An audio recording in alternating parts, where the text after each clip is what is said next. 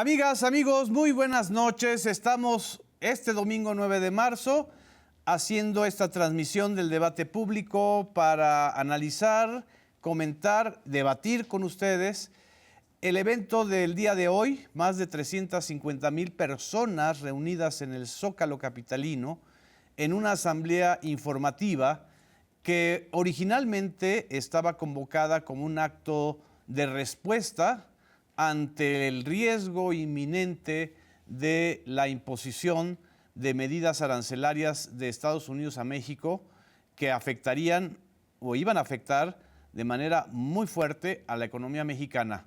Tan solo recordar que el 80% de nuestro comercio exterior depende de Estados Unidos, que una medida de este tipo generaría problemas muy fuertes en la economía mexicana, también en la economía norteamericana. Y originalmente esta asamblea estaba convocada por la presidenta Claudia Sheinbaum para anunciar medidas de respuesta. Lo que finalmente ocurrió fue una asamblea para reivindicar el éxito de la estrategia de la presidenta Claudia Sheinbaum, una estrategia que desde febrero de este año, desde su interlocución con Donald Trump, ella planteó la necesidad de mantener la cabeza fría y de aplicar un viejo dicho mexicano: el que se enoja pierde. Y vaya que esta estrategia le ha funcionado no solamente a la presidenta Claudia Sheinbaum, sino al país, sobre todo si comparamos los otros hechos o los otros ejemplos. Por ejemplo, el presidente de Colombia, Gustavo Petro, 26 de enero se confrontó tuiteándose con Donald Trump y tuvo que finalmente ceder. También le sucedió o le ha sucedido al primer ministro de Canadá, Justin Trudeau. Primero ensayó una estrategia pues prácticamente condescendiente y luego se endureció y Trump se ha burlado de él. Y ni hablar de la estrategia o no estrategia de Vladimir Zelensky, el presidente ucraniano, que fue humillado frente a las cámaras en vivo, a las cámaras de todo el mundo y a las agencias informativas de todo el mundo, al meterse en los terrenos de Donald Trump. Es decir, al meterse en los terrenos de la competencia mediática de Donald Trump. Nada de esto ha hecho la presidenta Claudia Sheinbaum. Por el contrario, lo que hoy demostró fue el respaldo popular, el respaldo social y la claridad de una estrategia. Vamos a escuchar este fragmento, que quizá es el fragmento medular del mensaje de Claudia Sheinbaum en relación con los aranceles. Ahora, quiero expresarles que somos optimistas, porque ese día, el 2 de abril, el gobierno de Estados Unidos ha anunciado que pondrá aranceles recíprocos a todos los países del mundo. Si algún país le cobra por sus exportaciones, Estados Unidos lo hará también. Eso es lo que ellos han dicho. Nada más que México no está en ese ámbito, pues nosotros desde hace 30 años hemos firmado 2 tratados comerciales con los que se establece que nosotros no tenemos aranceles con ellos, ni ellos con nosotros. Es decir, no se tendrían que aplicar aranceles recíprocos, porque prácticamente no hay aranceles de México hacia los Estados Unidos. Habló también del fentanilo, habló también del compromiso de México por reducir el tráfico ilegal de sustancias sintéticas. Mencionó, por supuesto, la estrategia migratoria, la disminución drástica de cruces fronterizos ilegales y una serie de mensajes también importantes en la agenda doméstica. Al final del mitin y de la asamblea informativa, nuestro compañero Miguel Hernández pudo captar algunas de las reacciones o de las opiniones de los asistentes. Vamos a ver este breve reporte. Pues una auténtica fiesta lo que se está viviendo aquí en el Zócalo capitalino, tras el mensaje de la presidenta Claudia Sheinbaum, un mensaje de unidad para todos los mexicanos frente a los embates del presidente Donald Trump. Ella manda este mensaje de dignidad y esto es lo que mencionaron algunos de los asistentes aquí a este mensaje en el corazón de la Ciudad de México. Escuchemos. Primero que nada porque somos mexicanos, somos como las flores que se dan cuando el sol le pega ahí y cuando alguien quiere venir a arrebatarnos de raíz, nuestra presidenta nos vino a defender. Por eso estamos aquí para respaldarla a ella como ella nos respaldó en un momento tan importante de nuestras vidas como mexicanos. Justo era importante también que la presidenta pues, diera ese respaldo ante los comentarios de Donald Trump, ¿no? Importante plantarle cara para que no se viera esa debilidad de México o se sintiera, ¿no? Yo creo que no hay un punto de debilidad en un México que siempre ha estado fortalecido, siempre. Yo creo que lo hemos demostrado día con día porque somos gente de trabajo, gente que se levanta desde muy temprano a sacar la casta por su familia, por la chuleta, por el pan de cada día. Pero lo más chingón de todo esto es de que nuestras raíces como mexicanos se vienen representadas en un gobierno, en una presidencia. Pero más que en eso, nuestros mexicanos que están allá sacando a flote un país extranjero. Venimos desde Baja California Sur a mostrar unidad y respaldo a nuestra presidenta Claudia Sheinbaum, que en estos tiempos políticos difícilmente podemos mostrar o no debemos demostrar debilidad, y como bien lo dijo la presidenta, que no se vea que haya una separación, un divorcio entre gobierno y pueblo, que seguimos siendo uno mismo, porque pues el pueblo es el que puso a la presidenta y de ahí dimana el poder del mismo pueblo y para el pueblo. La coyuntura histórica, Trump, toda esta parte amenazante y bully de parte de él, y pues estar aquí para estar unidos. Pues creo que dignidad principalmente, ¿no? Y dignidad que hacía falta que fuera representada por alguien de todo el país. Una sola voz en la presidenta, dignidad es eso, es dignidad y fuerza. Bueno, pues un poco de lo que mencionó la presidenta Claudia Sheinbaum es precisamente destacar pues esta unidad de los ciudadanos con el gobierno de México, porque ella bien lo mencionó, con el pueblo todo y sin el pueblo nada. Entonces, este acompañamiento que dieron los ciudadanos a la presidenta respaldan precisamente pues este mensaje de un país unido, de un país que va a plantar cara pues ante este intervencionismo que ha destacado al gobierno de los Estados Unidos. Un poco de lo que se vivió aquí en el Zócalo capitalino. Pues con estos elementos vamos a debatir aquí con nuestras compañeras Karen Lozada. Muchas gracias, Karen, por estar con nosotros. Un placer. Con Azul Alzaga. ¿Cómo están? Periodista, conductora de Punto de Referencia. Emerson Segura, un gusto estar aquí, coordinador y conductor de TV Migrante Informa. Miguel Ángel Elorza, director, detector de mentiras y coordinador de redes en el SPR. Muchas gracias. A ver, primero las damas. Karen. Bueno, fue, creo que la primer gran muestra, ya como presidenta, de la fortaleza y del apoyo que se tiene. Y me refiero a una muestra que no va dentro del protocolo institucional, porque tuvimos el evento de los 100 días, que también tuvo una gran concurrencia, pero esto es adicional. Fue la primera asamblea muy a la usanza del movimiento que representa la presidenta de la República y que tuvo un éxito contundente. Yo destacaría dos momentos. El primero, en el que recuerda y refuerza los principios bajo los cuales se está gobernando en esta administración, sí, y que es una continuidad.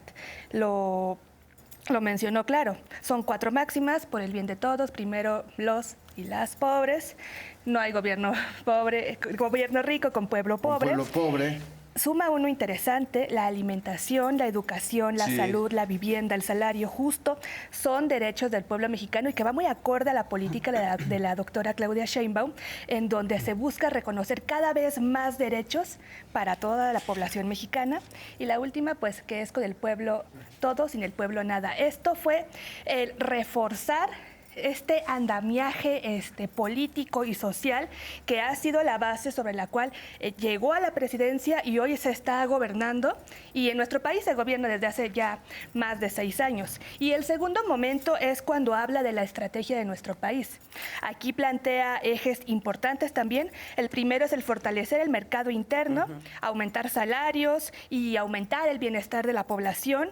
ampliar la autosuficiencia de alimentos básicos y energéticos, que se produzca en México lo que se consume. Así Esto va a es. ser fundamental en el siguiente periodo porque si bien es algo a mediano plazo, no es algo a corto plazo que pueda tener un cambio muy de fondo, sí es importante sentar las bases y sí es importante sentar los primeros pasos para recuperar el consumo local y la producción, ¿no? Que creo que Así eso es lo fundamental.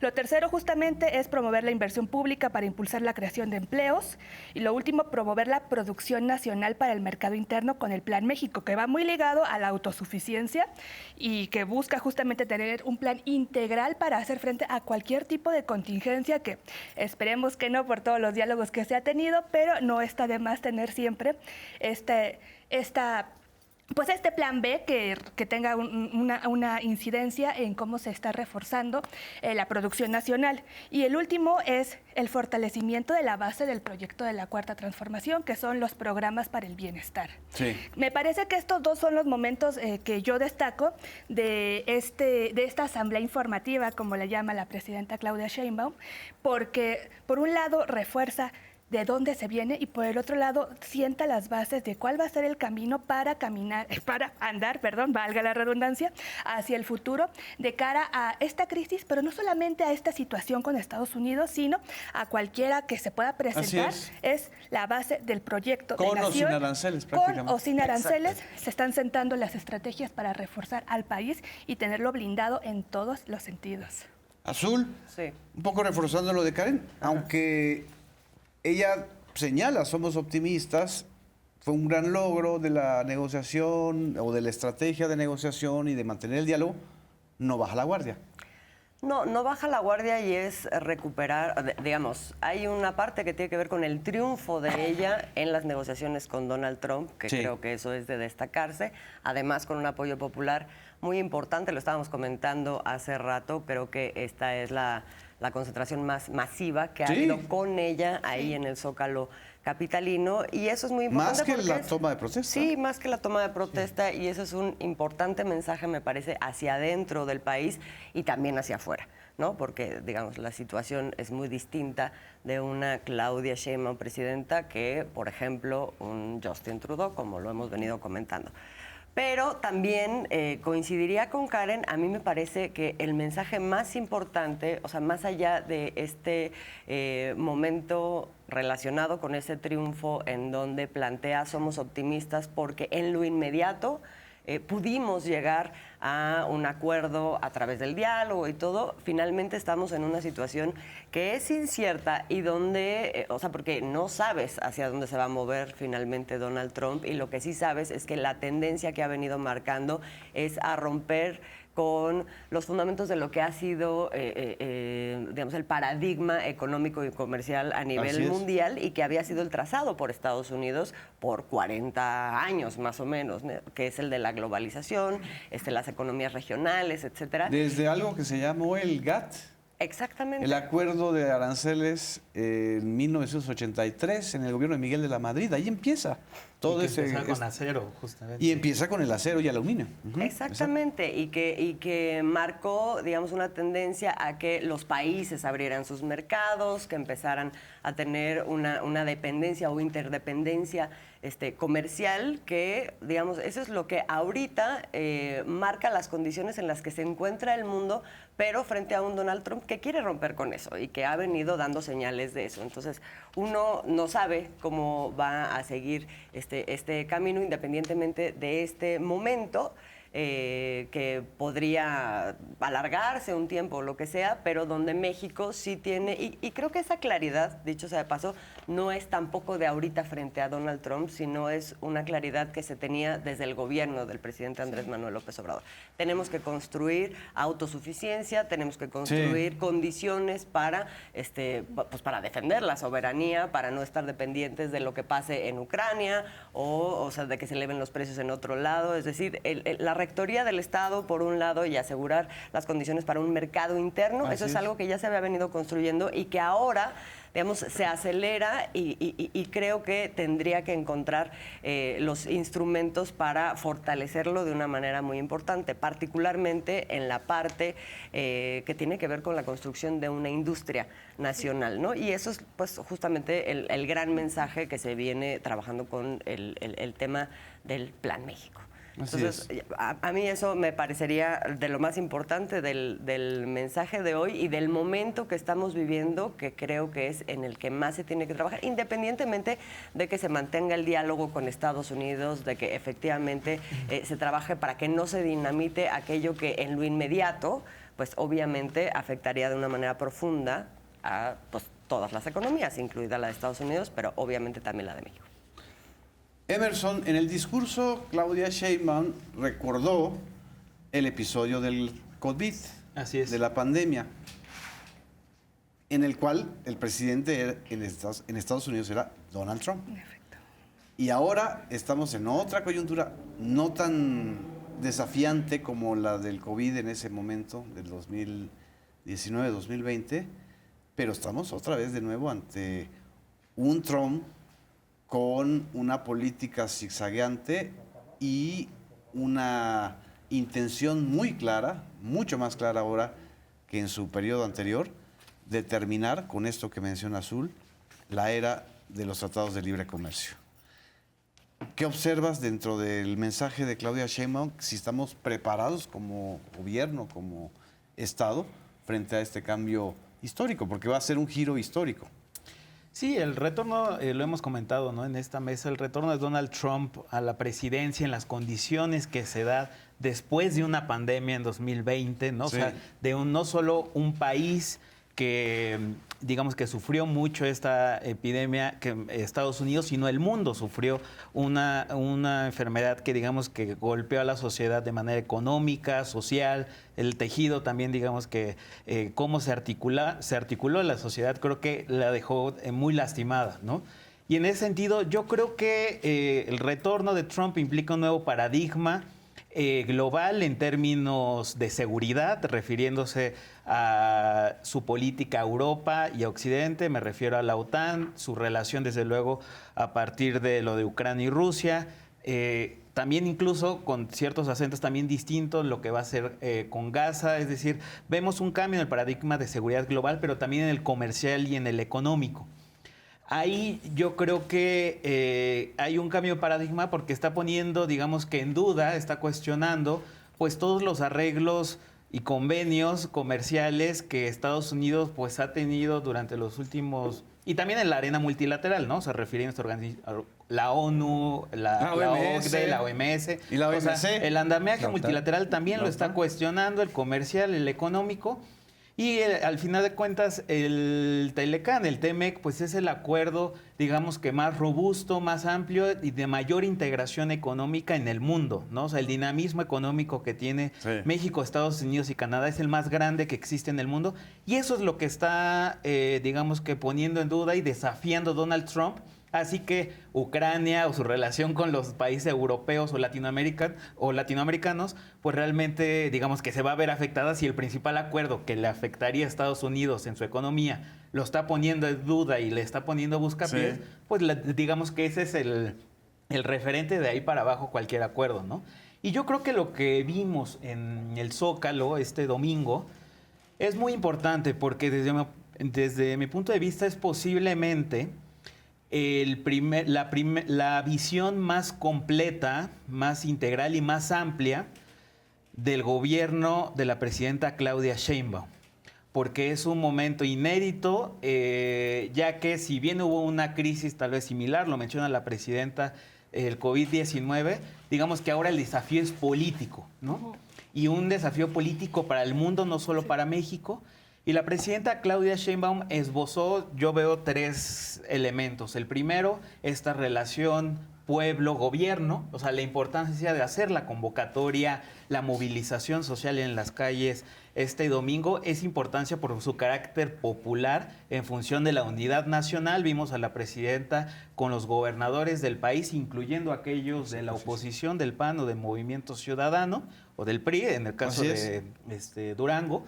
Y entonces vemos este cierre de filas político al interior, o sea, de los principales. Estaba la cúpula empresarial también. La cúpula empresarial, también, digamos, o sea, el carácter popular. O sea, la presidenta ya había anunciado eso, aunque si se decidía imponer los aranceles, ¿no? Así es. Y deja una puerta entreabierta que yo creo que es importante. Dice, de todas maneras, aquí nos veremos de manera anticipada, un poco diciendo, no sabemos cómo va a venir en un mes, en 2 meses, en 1 año, 2 años, 3 años, pero digamos que refrenda la importancia de la convocatoria, o sea, como, digamos, como músculo político frente a aranceles o a los no aranceles, ¿no? Yo creo que ahí entonces la presidenta marca pauta de que este va a ser el tono a partir de ahora en cuanto a la relación con Estados Unidos. Por eso creo que es la visión más amplia y más completa desde que llegó a la presidencia. En segundo lugar, hace un recuento importante, creo que histórico, no solamente un recuento de agravios, ¿no? En cuanto a la invasión o a incluso dice en cómo Estados Unidos se hizo de la mitad del territorio mexicano, pero también enlista los momentos de coincidencias y concordancias entre ambos gobiernos, dígase Cárdenas, Roosevelt y dígase Juárez con Lincoln, ¿no? Sí, fue interesante ese. Y aparte hace el paralelismo. recuento ahora sí que de la primera llamada a la fecha, ¿no? Sí. O sea, de cómo ha ido evolucionando. Eso lo veo como un segundo momento del discurso de la presidenta Sheinbaum. Y al último, yo creo que no es menor la radiografía que hace sobre la relación bilateral, que eso es lo más importante. Y yo, o sea, incluso yo creo que en el presidente López Obrador lo había visto, digamos que de manera tan amplia, porque incluye comercio, incluye tráfico de armas a México, menciona el tema del fentanilo, menciona el tema económico, ¿Migrantes? el tema migrante, ¿no? O sea, es toda la corresponsabilidad. Sí. Y la interdependencia entre una binacionalidad, ¿no? O sea, que es irreversible, o sea, y creo que eso es de ahí radica, creo que la potencia del discurso de hoy, que creo que sí marca un parteaguas. Exactamente. No sé si quieran comentar algo de esto. Yo, comentar o sumarle a lo que dice Emerson justo en esta relación binacional que destaca la presidenta Claudia Sheinbaum, hay un momento en el que se dirige directamente a los estadounidenses. Le dice al pueblo estadounidense, no tenemos ni tendremos intención alguna de perjudicarlos. Estamos resueltos a colaborar con Estados Unidos en todos los ámbitos. Y subraya mucho la crisis humanitaria del fentanilo. Fentanilo, sí. Eso es un guiño o sea, es decir, no solamente le estaba hablando a los mexicanos, le estaba hablando a los estadounidenses. Sí. Le estaba hablando a las comunidades mexicanas en Estados Unidos. Así es. Y que el 80% de los ingresos de los migrantes se queda en los Quedan ahí. Estados Unidos. Lo dijo. Obviamente de este lado de la frontera Subrayar. celebramos el 20% que envían en remesas, pero el 80% de lo que generan se queda en los Estados Unidos. O sea, es un mensaje a la sociedad estadounidense. Así es. Pero fíjate que a mí me parece importante, ella no menciona el tema comercial, pero es tan importante como el tema de seguridad. El tema de seguridad es el que Donald Trump trae en su agenda mediática, digamos. Pero el tema comercial, cuando ella dice eso, también se refiere a una cosa que no está haciendo Donald Trump. No está defendiendo ni está resguardando la seguridad ni el bienestar de su propia población cuando lanza esta política de aranceles que puede tener graves consecuencias en sus propios consumidores, en sus propios productores, etcétera. Cuando la presidenta Claudia Sheinbaum dice eso, nosotros no vamos, o sea, nuestro principio no es hacer una guerra comercial. Y eso va directamente contra las poblaciones, finalmente, no es entre gobiernos. Es decir, si yo te respondo ahí, entonces nos vamos a una escalada en donde quienes van a resultar directamente afectados son nuestras propias poblaciones. Entonces también ahí le está hablando, digamos, por abajo a la población estadounidense, a la población mexicana, donde lo que se está intentando es resguardar el interés máximo que tendría que ser el interés de un gobernante, es decir, el del bienestar de su población y de otras. Aquí podemos leer la cita textual. Hoy quiero aprovechar desde aquí, dijo Claudia Sheinbaum, desde el centro político de nuestra república, para decirle al pueblo estadounidense que no tenemos ni tendremos intención alguna de perjudicarlo y que estamos resueltos a colaborar con él en todos los ámbitos, especialmente ante la preocupación que tienen por el grave problema del consumo de drogas sintéticas. Por razones humanitarias, seguirá colaborando México para evitar que llegue fentanilo a los jóvenes estadounidenses y para apoyar a sus familias. Sí. Además, como le he dicho, no solo no queremos que esa droga llegue a los jóvenes de Estados Unidos, sino que no llegue a ningún lugar del mundo ni a los jóvenes mexicanos. Luego hace todo el recuento de la disminución de los decomisos de fentanilo, del tráfico de fentanilo. Luego habla algo que el propio Donald Trump no ha dicho en la plaza pública norteamericana, que es cómo enfrentar el fenómeno de la adicción del fentanilo. Y dice, al final, por eso agradecemos que haya reconocido el presidente Trump la campaña que hacemos en México y que la haya llevado a los Estados Unidos de América. Claro. De una u otra manera, le está dando bofetada con guante blanco. ¿Cómo ves? Así es. Sí, le está dando una respuesta política respaldada por un pueblo que salió a las calles y está haciendo público, porque no hay que dejar de lado que la cobertura que se tiene de esta concentración, pues no solamente es por medios nacionales, se ha tenido un alcance últimamente y una mirada hacia la presidenta Claudia Sheinbaum por diferentes medios de todo el mundo, justamente por la forma en la que ha respondido al presidente Donald Trump, con mucha serenidad, con mucha cabeza fría, como nos dice y nos repite una y otra vez, pero también con una posición muy firme. Claro. Y todo lo que está diciendo pues va a tener eco en diferentes latitudes, y eso creo que es algo positivo, ¿no? Porque se está marcando un antes y un después en el impacto que se tiene a nivel mundial de la posición de México en relación con Estados Unidos. Yo quería apuntar algo que mencionaba Azul sobre los consumidores, no los consumidores de fentanilo, sino los consumidores de los productos. Ambos, tanto de Estados Unidos como de México. Hay una política ahí muy clara en donde el gobierno de México tiene como principal, o uno de sus principales objetivos es proteger el consumo y garantizar el consumo de las y los habitantes del país, justamente. El que se tenga acceso a precios justos, el que se tenga acceso a alimentos, a productos y que sea pues disponible para todos. Estamos viendo que en Estados Unidos este interés por los consumidores no existe, no hay ya ningún indicio de que Donald Trump tenga pues un interés mínimo en los consumidores, que al final los consumidores son la población estadounidense por un lado y las diferentes comunidades. Él dice que no les va a afectar, pero les va a afectar claro nada más que temporalmente. No, pero ese temporalmente, ¿cómo no va a afectar? Sí, una pequeña turbulencia que va a generar pobres, que va a generar gente que caiga en el umbral de la pobreza o que tenga un cambio muy drástico en sus niveles de vida, contrario a lo que se vive en nuestro país, en donde, al contrario, 9.5 millones salieron de la pobreza el sexenio pasado, y los que vengan este sexenio, y esto genera que haya más consumo, claro, que se tenga una economía mucho más circular, y eso es una de las tesis principales, por cierto, de Rogelio Ramírez de la U, que como economista lo planteó en la Secretaría de Hacienda. Vamos a un corte, regresamos, no nos dejen, seguimos en Debate Público.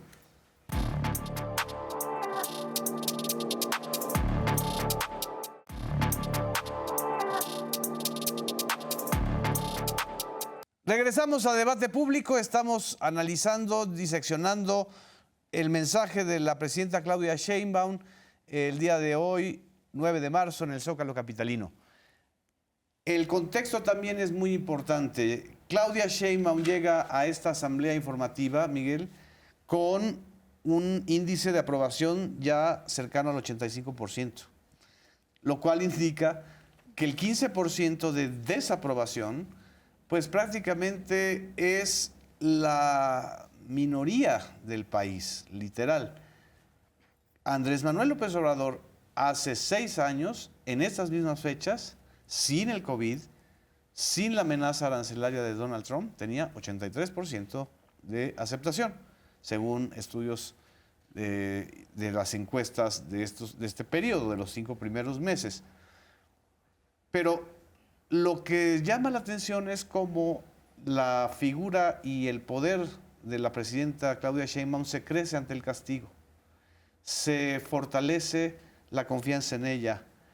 Lo único que no estamos observando es una lectura correcta de la mayoría de los medios de comunicación frente a este fenómeno. ¿Cómo lo ves tú? Es que es interesante.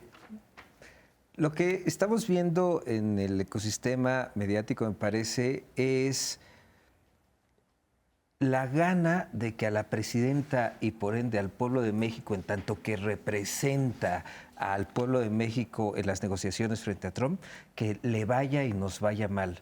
Porque no es un interés en el sentido casi patriótico del término, sino un interés en cuanto... Mezquino. Sí. De halcones, de buitres, lo decía Jorge Cepeda Patterson. En su artículo. Así los define como buitres. Y en ese sentido estamos viendo ciertos comentaristas que frente al apoyo de la gente, porque recordemos que la presidenta sube en aprobación un mes, se mide un mes antes de cuando empiece este jaloneo con Trump y después cuando está el jaloneo, y ahí es cuando crece la aprobación. La gente está ratificando el esfuerzo de la presidenta. Y entonces empiezan a querer desacreditar a la presidenta con mentiras como la asamblea informativa del domingo va a ser en realidad un meeting contra el Poder Judicial. ¿Contra el Poder Judicial? Sí, lo decía Loret de Mola en su programa que tiene. En ese sentido, cómo mienten por un lado, pero utilizan para mentir algo que ya está completamente desacreditado y que se ha mostrado que el Poder Judicial está lleno de corrupción. Entonces, pretenden desacreditar a la presidenta defendiendo la corrupción de un Poder Judicial que ya por mandato popular va a desaparecer y va a haber elecciones. No dudo que en algunas redes sociales lo que están destacando es que la señora Norma Piña no estuvo, aunque hayan habido 350,000 personas, ¿no?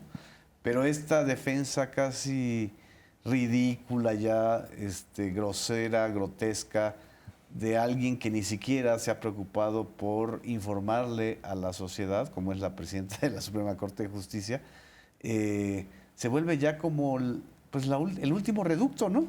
Ahora sí que el último arancel que les queda. El último arancel, y por ejemplo, es que también es de llamar la atención, el arancel último previo a la ministra Piña fueron los 29 delincuentes que se llevaron a Estados Unidos. Claro. Estamos viendo en medios de comunicación, mesas de análisis, donde dice la mentira de que fue ilegal que se los llevaran a Estados Unidos, sin decir ningún solo argumento más que fue ilegal, a pesar de que cuando salieron a exponer por qué se los habían llevado, fue por la Convención de Palermo, fue por la Ley de Seguridad Nacional y por un artículo de la Constitución que estableció el fiscal general, que lo expuso.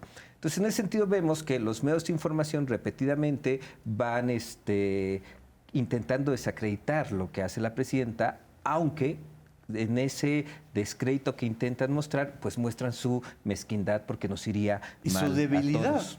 Exacto. Y su debilidad, porque no están generando ya ninguna corriente de opinión propia más que la endogamia entre ellos, es decir, la propia lectura de sus propias especulaciones y de sus elucubraciones, o sea, las elucubraciones de Anabel Hernández se vuelven un pretexto para que ellos de alguna manera puedan avalar, acreditar, verificar o sustentar esto del narcogobierno que ya ni siquiera está presente ni en el discurso de Donald Trump, que ese es un cambio importante, ¿no? Sí. En los últimos... En las últimas referencias, por lo menos, a la negociación con la presidenta Claudia Sheinbaum, el tema del narcogobierno, en el discurso del presidente Donald Trump ya no está. No, pero es, digamos, una narrativa y un relato que está ahí latente y listo siempre para ser usado en los principales medios de comunicación que están relacionados con Donald Trump, por ejemplo. Creíble. Cada vez menos creíble aquí. Yo creo que aquí no tiene ninguna reverberancia, etcétera, pero bueno, en Estados Unidos tiene una base social Donald Trump que justamente está muy anclada a un discurso de esos medios. Pero ¿no crees que era para debatir esto? ¿No crees que eso era creíble o utilizable, por ejemplo, por Fox News o por Breitbart o por alguno de los medios conservadores como antesala de la imposición de los aranceles? Al no imponerse los aranceles, automáticamente se diluye. No lo están mencionando, porque el único argumento más o menos sustentado en algunos datos es que Estados Unidos le tiene que poner 25% de aranceles a México porque está permitiendo que llegue el fentanilo. Y de repente ese argumento lo desbarata la presidenta Claudia Sheinbaum diciendo, no es cierto, ha disminuido 41% el cruce, ¿no? Y lo desbarata el mismo Donald Trump cuando reconoce, digamos, los resultados del esfuerzo que ha hecho México en ese sentido. Pero por eso digo, en ese momento, porque luego la memoria es muy corta. O sea, el tema del narcogobierno no solamente se relacionó con el asunto de los aranceles, también de si tienen que intervenir o no tienen que intervenir en México. Es decir, está ahí para ser usado siempre que lo quieran.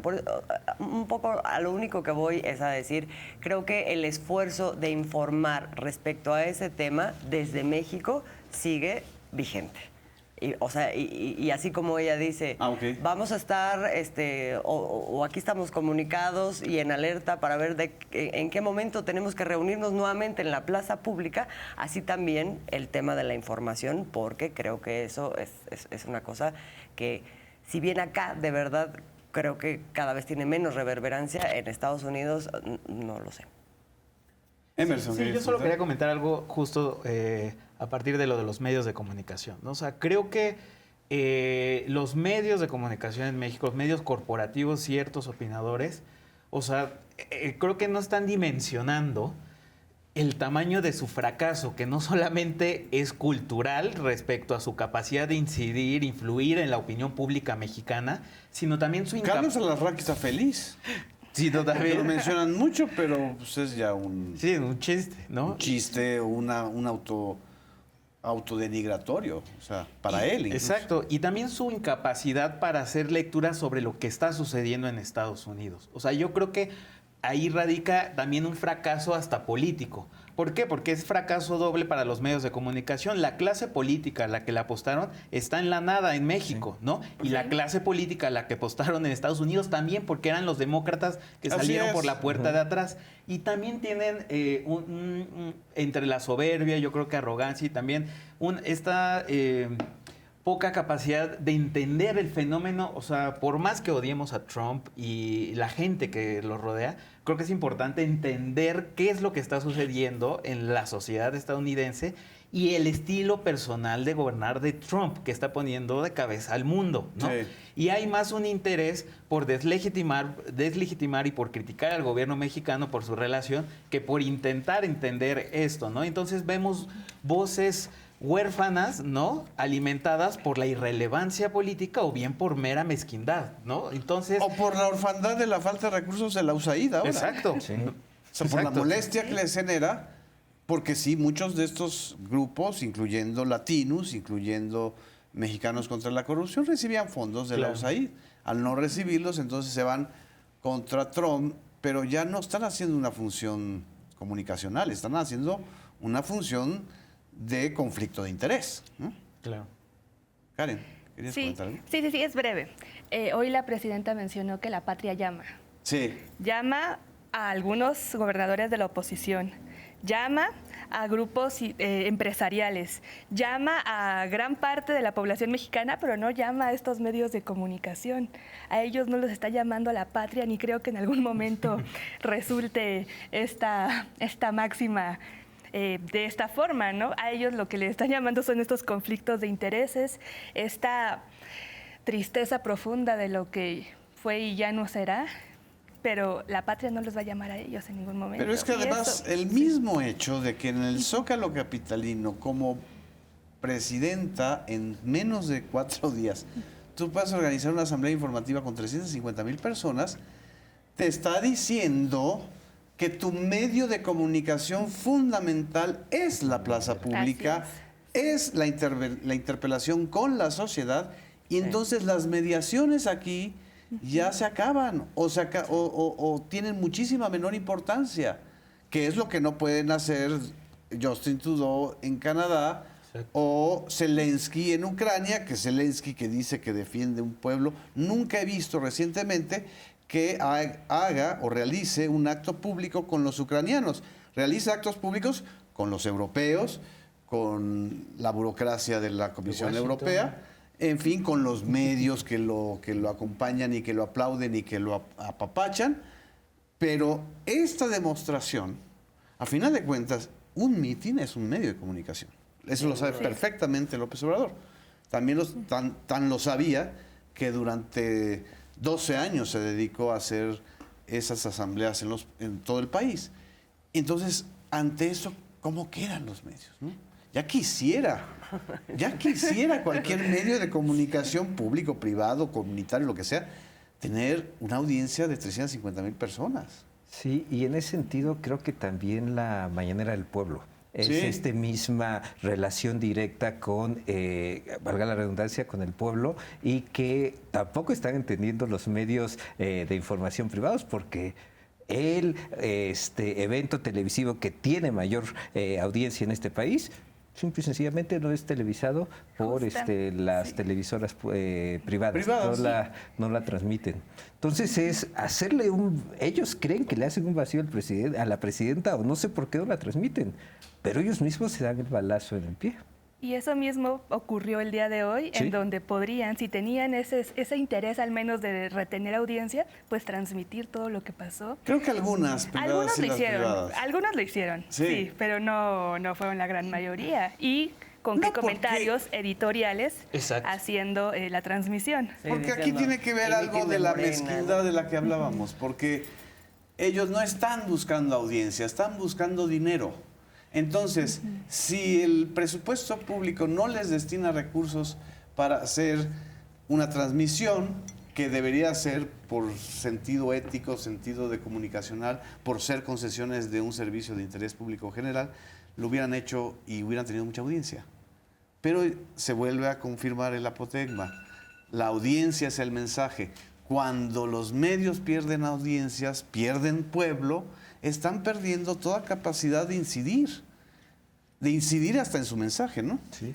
Pero creo que también está el tema hasta de interés periodístico, ¿no? Sí, o sea, claro. Más allá de que estén a favor o en contra de la presidenta, a favor o en contra de Donald Trump, es qué genera y qué no genera interés informativo y periodístico. Y entonces esa orfandad de la que hablamos y esa mezquindad está alimentada por eso, porque y es increíble que para ciertas mesas de opinión que creían que tenían el monopolio para hablar del Telecán, del Temec, del liberalismo político, económico, pues ahora vemos a la primera mujer presidenta defendiendo en la plancha del Zócalo el Tratado de Libre Comercio con Estados Unidos. Claro.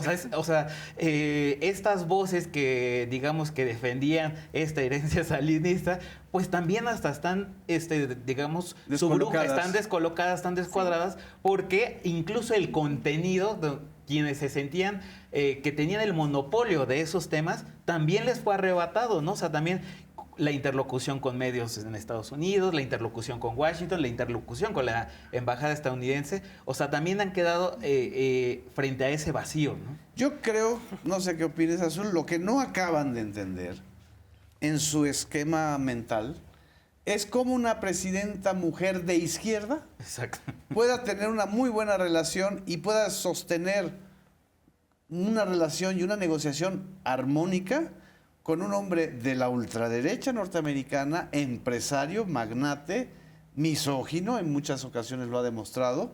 No alcanzan a entender esa ecuación porque no están analizando. No, y además, ellos, lo decía Emerson hace rato, apostaron a los demócratas, a Biden. Claro. Y se la han pasado, todo el tiempo hablando de Donald Trump, en los términos que uno hablaría, pero justamente no se dan cuenta de qué significa estar en un diálogo con un personaje de esta naturaleza, como lo hicieron con Andrés Manuel López Obrador. O sea, como que les hace un cortocircuito que finalmente se esté negociando con un personaje de estas características, pero porque infantilizan, digamos, el grado de la negociación o las implicaciones que tiene esa negociación. Simplifican en extremo la capacidad simplifican de en gobernar. Extremo. ¿Cómo puede dialogar con un personaje y con un estilo así? propio, perdón. Sí. O sea, eso es lo que también no se dimensiona. O sea, ¿cuántos meses de la llegada de Claudia Sheinbaum? Y que, por eso mencionaba la importancia del discurso de hoy, o sea, que tenga esos rasgos de instintos, de negociación, frente a un tipo como Trump. A ver, está poniendo un estilo personal de gobernar Claudia muy pocos meses, como no lo habíamos visto desde la alternancia. O sea, y está demostrando la impronta de ser científica. Exacto. Una científica avanza en función, una científica en función pública avanza en función de las evidencias que tenga, no en función de la adrenalina, el problema de su permanencia o no en el poder, que es el tema de Trudeau, o el tema o no de la inversión multimillonaria en armas para que se siga sosteniendo, como en el caso de Zelensky. Entonces, o también hay que mencionarlo, el tema del exceso de hormonas patriarcales de Gustavo Petro cuando se enfrenta a Donald Trump y a las 2 horas tiene que decir, pues ni modo, se acepta, ¿no? Sí, yo estoy de acuerdo con todos ustedes, pero creo que hay, es que creo que hay un elemento más. Creo que se infantilizan, sí creo que es a partir de una identidad propia de la presidenta, etcétera, pero creo que porque la derecha, la oposición de ahora no puede ver o entender lo que hace la presidenta. Incluso los medios no pueden hacerlo, concediéndoles algo a los medios, porque carecen de lo que hoy presumió la presidenta, que es, ella dijo, nosotros no somos extremistas, pero tenemos muy claro que hay principios irrenunciables. Y eso también lo ha planteado ella en la mañanera del pueblo, y yo imagino que se lo planteó al presidente Donald Trump al decirle, esta es la negociación, pero estos son nuestros principios irrenunciables. Y uno de esos principios irrenunciables son, no podemos ceder nuestra soberanía, ni puede resultar afectado nuestro pueblo, que es lo que decíamos que Trump no está viendo, por decisiones que tomen gobiernos o hegemonías extranjeras. En este caso, siempre actuaremos de inmediato. Entonces, la presidenta plantea principios, pero luego más adelante en su discurso, ya para cerrar, plantea cuál va a ser la estrategia. Y dice, es una estrategia basada primero en la economía moral y en estas cuestiones que son irreductibles. Y empieza a decir, no vamos a depender de los otros gobiernos, necesitamos alcanzar la soberanía, primero meter los recursos de abajo hacia arriba. Y también ahí le está diciendo a Estados Unidos, esta es nuestra estrategia económica. Pero con principios no negocia solamente con Trump. Es decir, también hay un grado de pragmatismo. De negociación, de interlocución. Exacto. La capitalización que hace Claudia Sheinbaum de lo que sucedió con las armadoras de automóviles un día antes es fundamental. Sí. Es fundamental porque al ceder el gobierno de Trump ante esas armadoras, pues está cediendo ante el 63% del intercambio comercial con México. Entonces, ¿cómo va a explicar Claudia Sheinbaum y cómo va a explicar Donald Trump al resto de las industrias que no son las automotrices que sí les impongan aranceles cuando ya hizo una excepción a la industria automotriz? Exactamente, o sea, los medios de comunicación, estos de los que estamos hablando, lo que no leen es el resultado, sino lo que están leyendo es en función de las construcciones conceptuales que han hecho. O sea, ¿cómo es posible que 85-90% de la población esté apoyando las decisiones de la presidenta donde está negociando con este personaje, ¿no? O sea, pero no lo entienden porque justamente no están teniendo la capacidad de análisis de lo que está pasando y de lo que implican esos resultados. No leen que la gente sí está teniendo esa capacidad. Claro. Y que es lo que se refleja en esas encuestas que hemos estado viendo o en esta plaza pública que vimos. Quieren seguir caricaturizando como lo quisieron hacer con Andrés Manuel López Obrador, con la ayuda, desgraciadamente, de Porfirio Muñoz Ledo, caricaturizar la interlocución con Donald Trump como si fueran Peña Nieto. Así es. Es decir, siguen reviviendo este episodio ridículo de un presidente ridículo como fue Enrique Peña Nieto,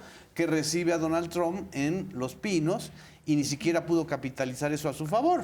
Sí. Pero eso no tiene que ver con la negociación de ahora, tiene que ver con las obsesiones de esos medios, con los negocios que esos medios hicieron con Peña Nieto, con lo que todos ellos son corresponsables de habernos llevado a esa situación, pero cuando López Obrador les da la vuelta y enseña que desde la izquierda se puede tener una estrategia diplomática y de estadista con un personaje tan difícil como Donald Trump, no lo aceptan.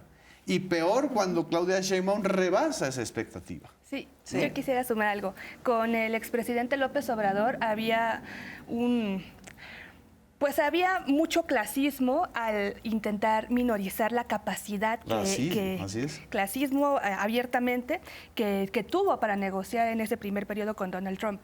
Con la presidenta Claudia Sheinbaum estamos viendo que hay ahora machismo y misoginia al querer hacer o poner en duda las capacidades. Donald Trump con ella. No, es impresionante. Es un trato de iguales y de respeto que la presidenta se lo ha ganado a pulso y con cada una de las llamadas que han sostenido. Y eso es, creo que también una de las grandes acaboses que tienen estas industrias mediáticas de nuestro país. Y yo quisiera apuntar algo que menciona Miguel. En efecto, coincido con los principios, no se logran las negociaciones, pero sí son la base para la gobernanza, para gobernar aquí a lo interno de nuestro país, y claro que son pues una base de la columna vertebral de la fuerza que tiene la presidenta. Sí.